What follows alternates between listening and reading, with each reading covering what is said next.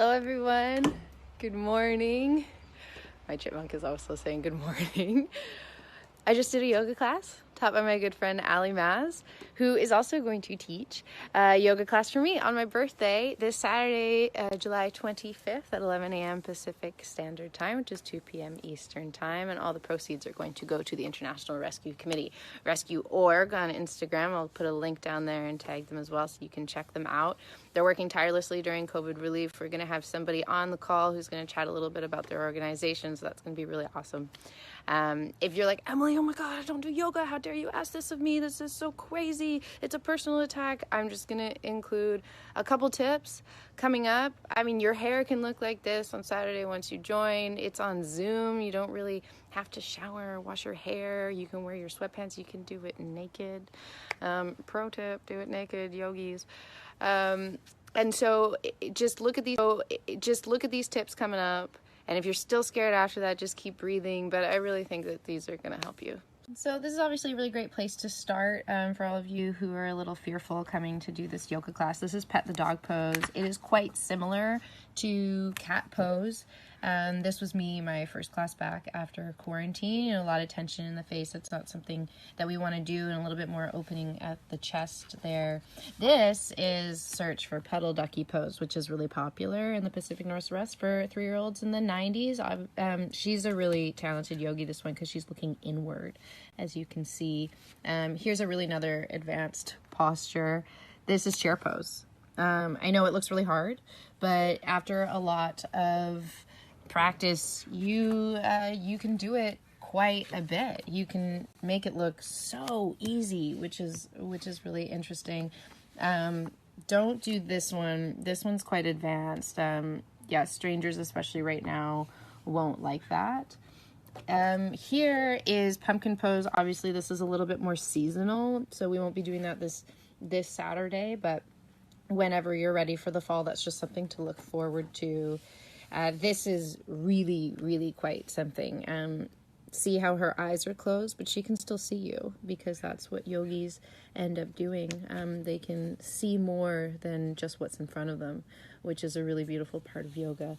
This is great. This is going to teach us how to breathe and eat at the same time, which is a great technique to have throughout your life. I hope that you've been practicing that for a while now.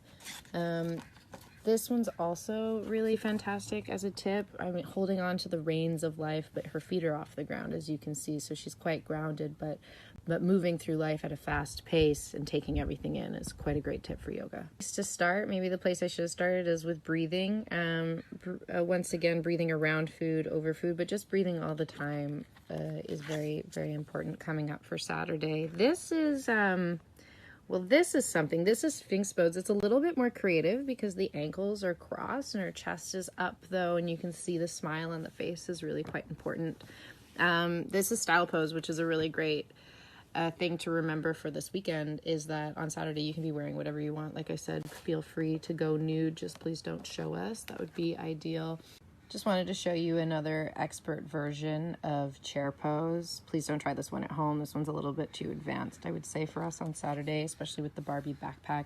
This one looks similar, but it's actually completely different. This is butterfly pose. As you can see in her face here, totally relaxed, vacant stare, really important there.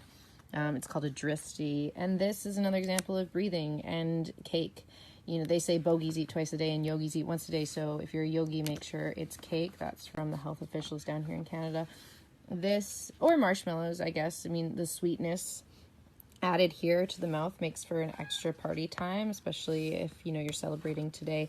Here's an example of what not to do. This is not good. See the arch in the back here? We're going to have some troubles growing up, and she's really not present there. As you can tell, that led into, you know, distracted driving. She's headed straight for the swingers there. That's really not a great idea, but here's a great example.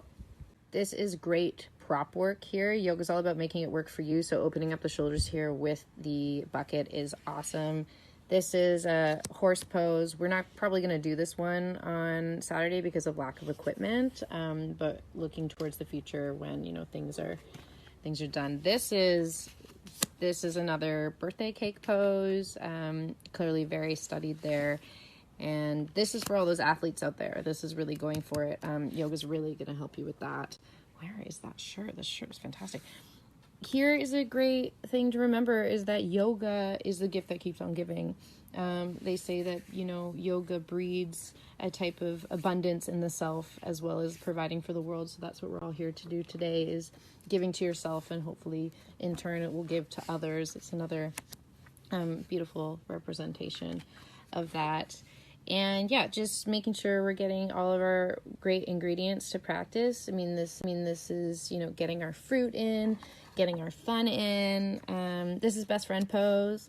Clearly it is some partner work, but there's another one of that. I highly recommend doing partner work if you have a best friend or a spouse or a dog around. That'll help you. This is an example of, partner pose with a sibling if you ever want to get back at them. This is telephone pose. I know we've been doing a lot of this right now because we're all in quarantine and we're calling our best friends and spreading the love that way. And just knowing that the style points can really help there because they can see you now. This is great. This is showing so much form and safety. So much safety because this life jacket is going to keep her afloat in this jungle gym. Here we go, looking up towards the sky, keeping that neck long. Another style points representation of walking mountain pose. Here we have, tree pose with the tree. Paparazzi was really hot that day going into Warrior 1 here. See this lunge? We're going to work on that on Saturday for sure. And just make sure, you can yell it out. Yell it out during yoga. Expression is a really, really big thing. It's a really helpful release. I have nothing to say about this deer's pose here. Deer pose is clearly acing it. Nature gets us every time. And this is the most advanced pose. Any yogi will tell you this is Shavasana. I know a few of us are fearful to do this on Saturday, but don't you worry. You are going to be naturals at it. I guess every pose that I've shown you, every tip, could be argued that all of them were child's poses. Please don't at me. I realize that. But here's what we're working towards on Saturday. So this will happen around, circa noon Pacific Standard Time. At the end of class, Allie will lead us into this natural state. So really hope you guys all get there. You can try this. You can practice this beforehand if you like. Please let us know how you're doing, and can't wait to see you there.